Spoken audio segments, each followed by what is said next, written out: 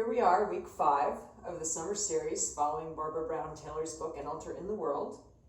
And the theme for this week is wilderness, the practice of getting lost. So there are at least 2 kinds of getting lost. There's one by choice, where you can choose to take a different route home from work or explore part of your neighborhood that you're not normally in. But there's also the kind of lostness that is caused by external circumstances, so it's not what we choose. And the great thing about our yoga mats is it's a very low-risk opportunity to cultivate the literal and figurative flexibility and strength and gratitude that we need to encounter wilderness. So we're going to practice getting lost on the mat a little bit. See what that looks like today. So I invite you to sit up tall, maybe in a chair or on a yoga block. Get your sitting bones nice and grounded. And then start to take a few breaths, just closing your eyes.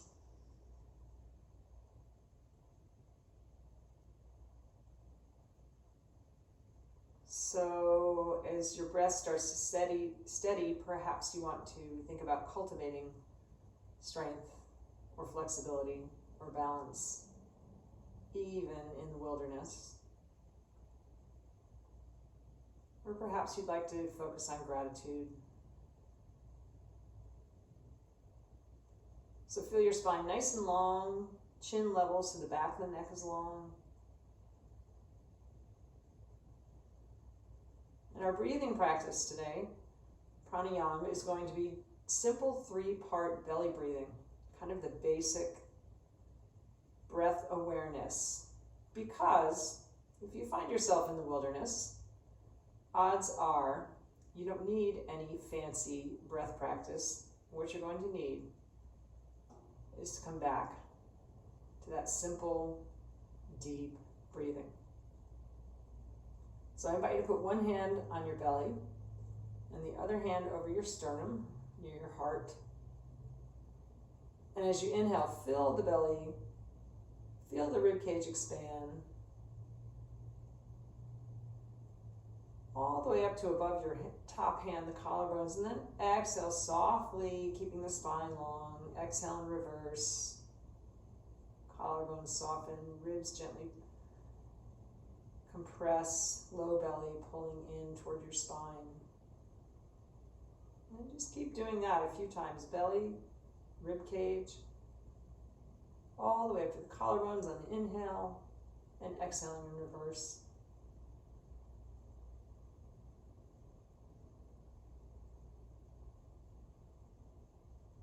So once you're sure that your belly and your rib cage are expanding and you're not doing your reverse breathing by pulling your belly in on the inhale, you could release your hands. And take a few more deep breaths, belly, rib cage, collarbones. And exhaling in reverse.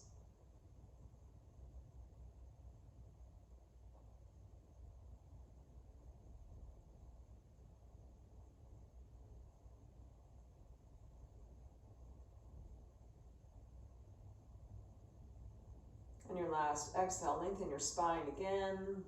Maybe gently hold on to your knees. Float your eyes open.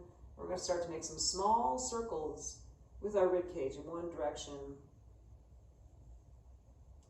So imagine that you are scraping the sides of a barrel with your ribs in all directions. Eventually making the movements a little bigger so you can keep your sitting bones rooted. Make this mostly above the waist.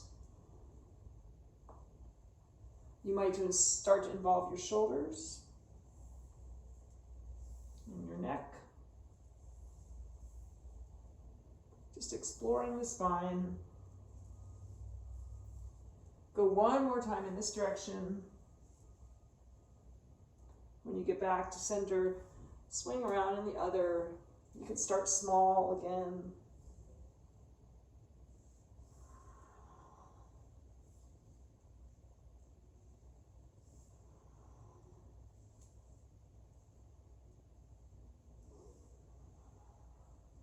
Couple more times, nice and loose.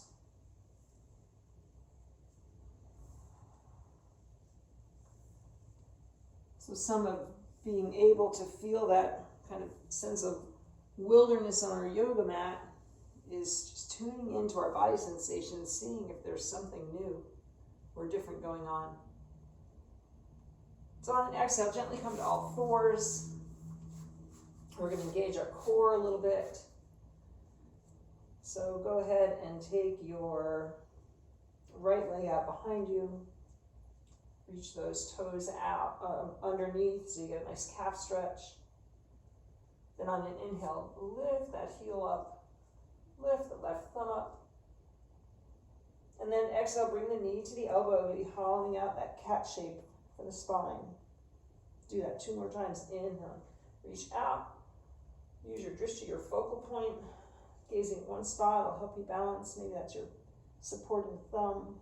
And again, inhale out. And exhale in. And come on back to all fours. Maybe rock your hips from side to side a little bit. On your next inhale, take the left leg out, curl the toes under. And then inhale, lift the heel to the sky, thumb up.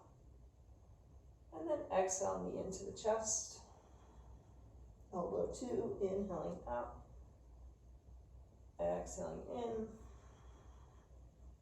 Inhaling out. Exhaling in. And go ahead and plant that hand and knee and rock your hips from side to side again. And then walk your hands one hand length forward, inhaling shoulders over the wrists. Take a breath here. Modified plank. If you want to curl your toes under and come to full plank, you could do that. Take a breath here.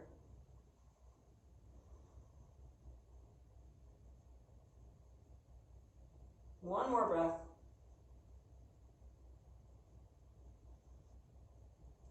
And then float your knees down. Put your big toes together and find your child's pose, whether that's holding onto a chair with your arms and pulling your hips back. Few breaths here, resting your head on a block or the ground. Last breath.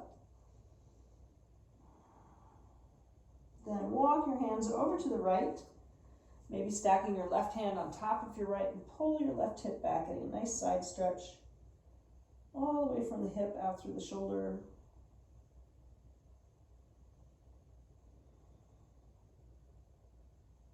Pull your low belly in and inhale your hands through center and go to the other side. Stack the right hand on the left. Pull the right hip back.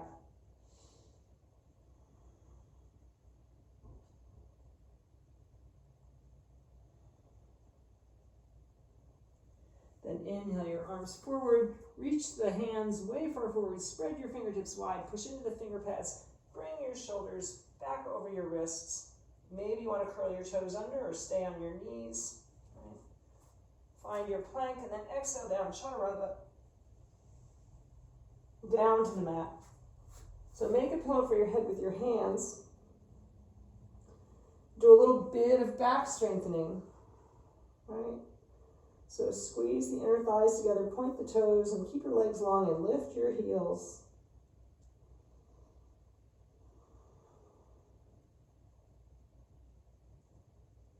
And then exhaling, gently release. Rock your hips from side to side. You're going to push your feet into the mat. Take your arms out to goalpost arms or cactus arms. Tuck your tailbone a little bit. Make your spine long. And on an inhale, lift your forearms, lift your shoulders, and just gaze at the front edge of your mat. Keep the breath nice and steady.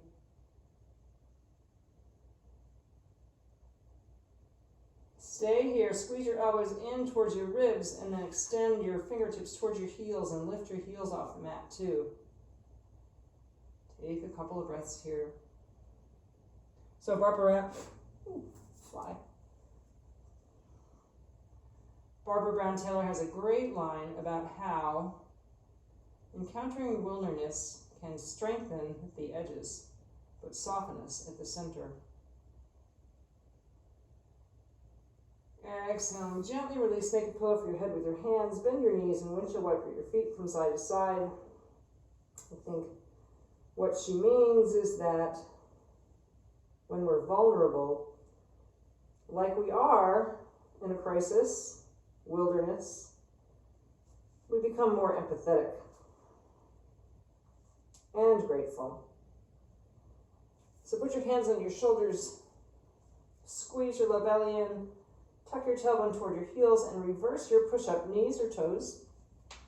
Curl your toes under, lift your hips up and back for downward facing dog. Maybe walk your dog.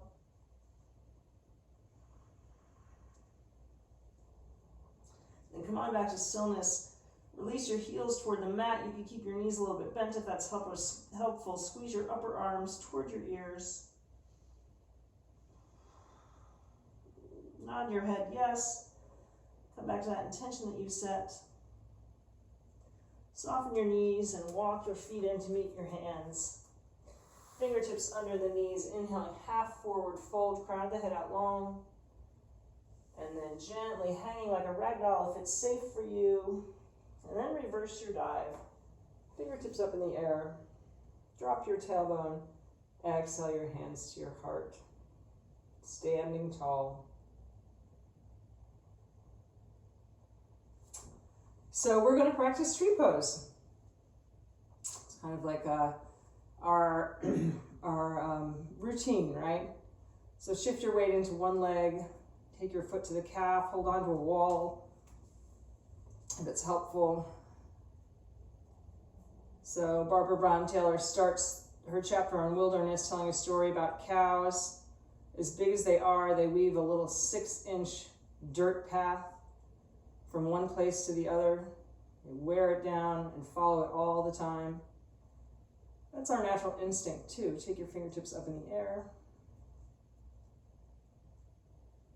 So we have to get out of our comfort zone.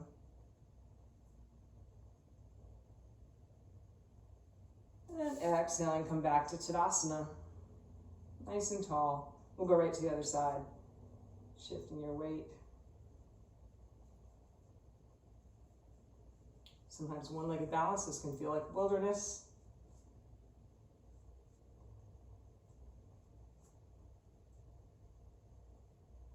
Grow your tree if you can.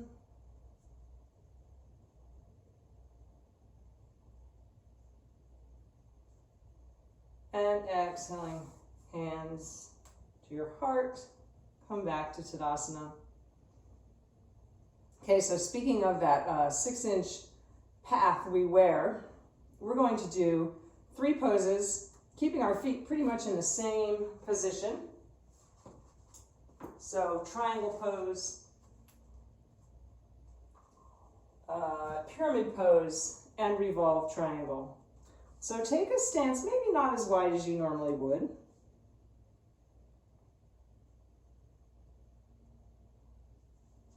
And then turn your right toes out. So we've got heel to arch alignment to start. Right, there's your cow path right there. So soften the knees a little bit. And then tilt your pelvis toward your right toes. Draw that right thigh up. Maybe your hand stays to your thigh, your shin.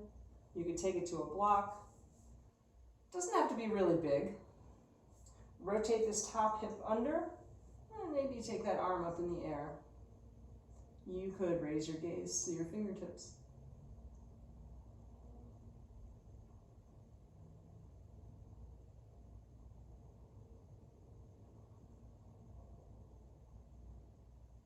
And then bring your hand back to your hip. Look at your big toe. Find your block or chair. And then bring that back foot out to the side so that your cow path gets a little wider. There's some space between your heels now, right? And then inhale, see if you can lift your hips and straighten that front leg. So if you need to bring your stance in a little bit to help make that happen, do that. And if it chest parallel to the ground is your maximum stretch, stay here. If you like to drop your head, keeping your spine long, bringing your nose towards your knee, you can try that. So this is pyramid pose. Pull the right hip back, left hip forward. Keep your feet rooted. Take a few breaths here.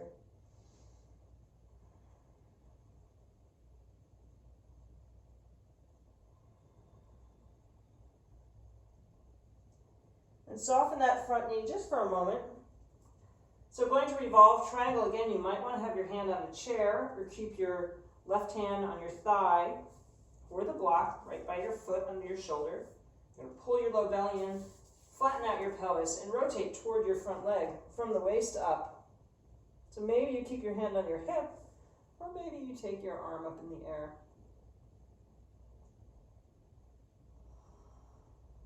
Take a couple breaths.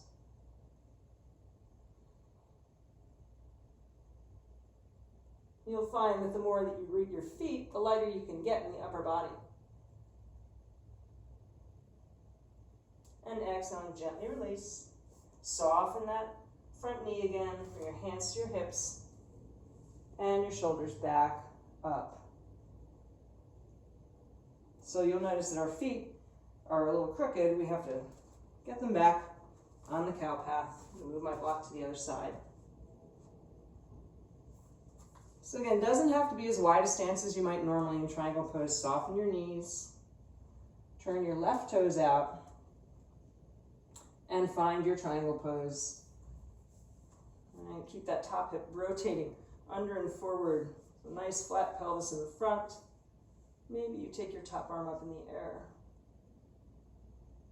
And gaze upward.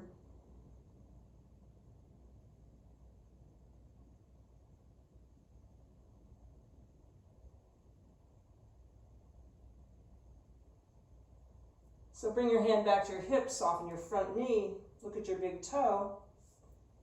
Turn your hips toward the front foot and then take that back foot out to the side so you've got some space between your heels. All right. So find your balance. Find that place where you can straighten the front leg as much as possible. Push into the big toe mound of that front foot. Pyramid pose, maybe you drop your head. Front hip pulls back.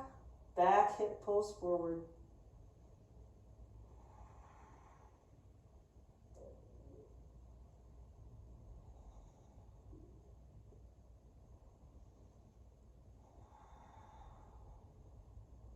Good.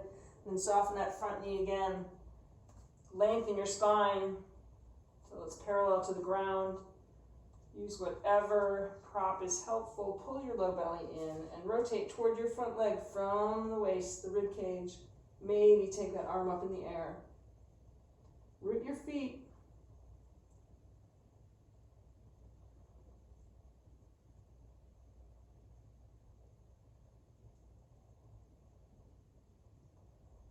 And exhaling, gently release.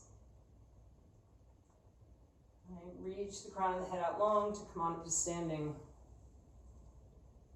And then turn your toes forward so that you can come back to that nice wide straddle. Inhaling, interlace your fingers behind you. Drop your knuckles toward your heels and lift your chest. Just a gentle chest opener, gentle back bend.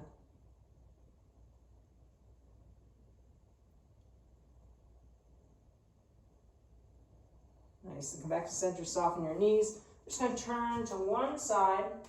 So we land in a high lunge so we can safely bring ourselves down to the mat. So, easy seated twist.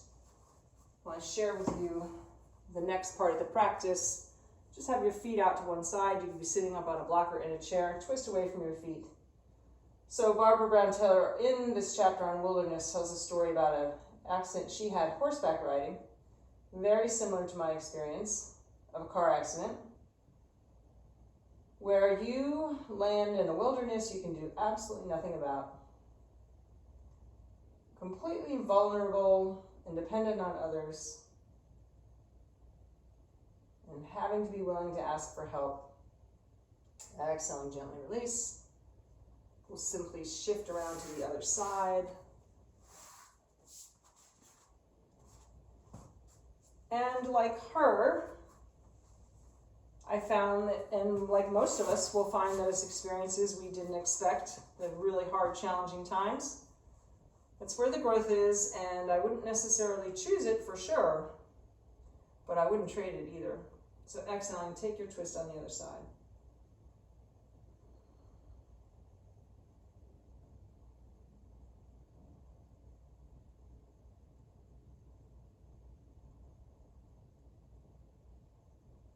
and exhaling, gently release. So for these next few minutes, I'm going to invite you to get lost on your mat. So I'm not going to direct you at all. You have enough experience, I think, that you can choose your poses, your practice, and do it safely, right? This is a low risk place to explore. I'm going to set our egg timer and give you a cue when the time is about halfway over so you can do a pose on the other side. So if you're not comfortable doing your own exploratory practice yet, then I invite you to just sit quietly. So you could keep your eyes closed the whole time, right? Just do a little exploring. Get a little bit lost on your mat. Here we go.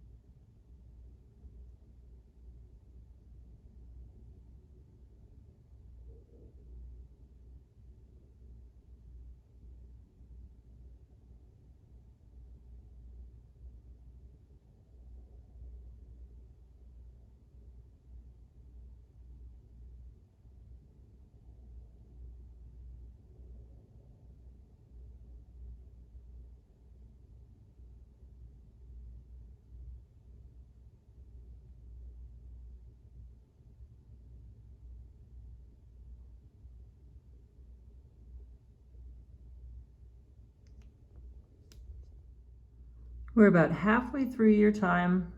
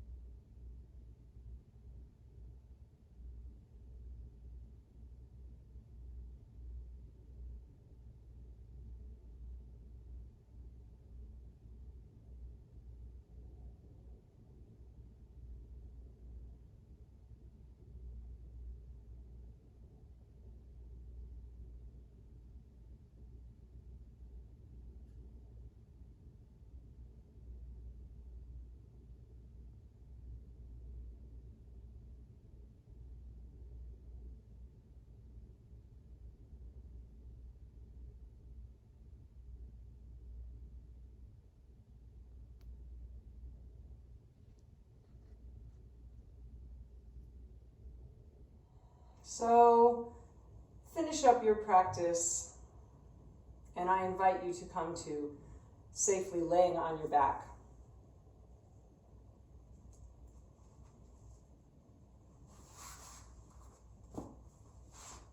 If you already practice a bridge pose, you might want to take a block and just tuck it under your sacrum, your hips, for a supported bridge to finish your practice.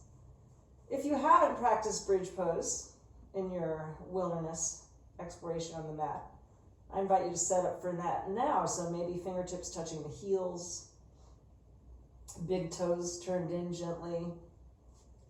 And on an inhale, lift your heels up.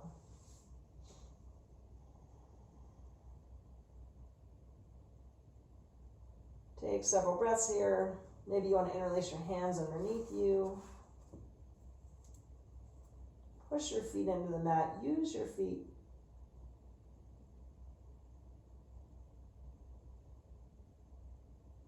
Chin relaxed.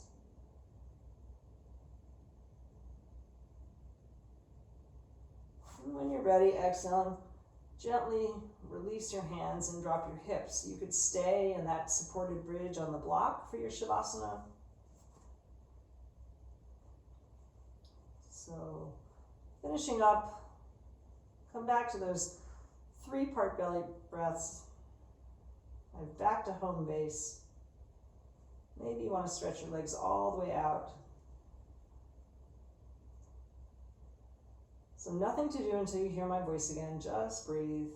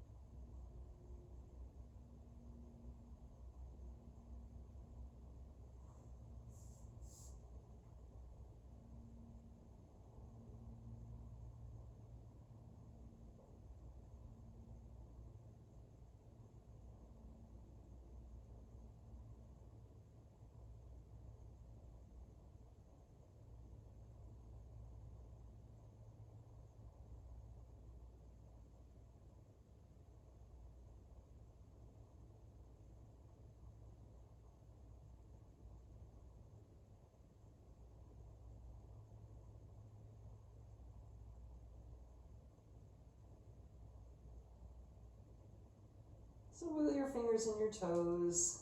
Get moving however is comfortable for you.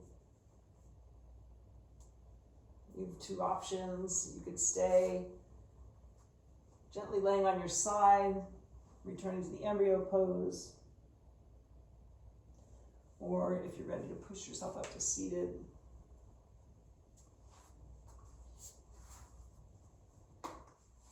resting for a moment. This chapter tells great stories about the people God uses in the Bible in the wilderness, like Abraham and Sarah, Elijah. And in the end, God did not destroy them.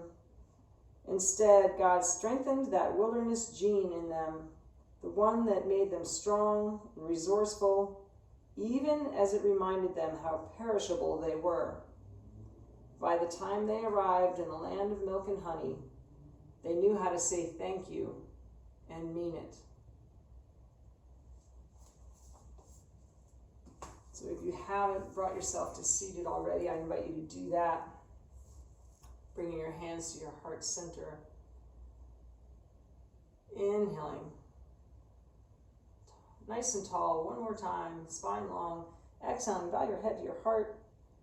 This week I invite you to get lost somewhere in your neighborhood. It'll make you stronger and more grateful. The Spirit in me honors the Spirit in you. Namaste.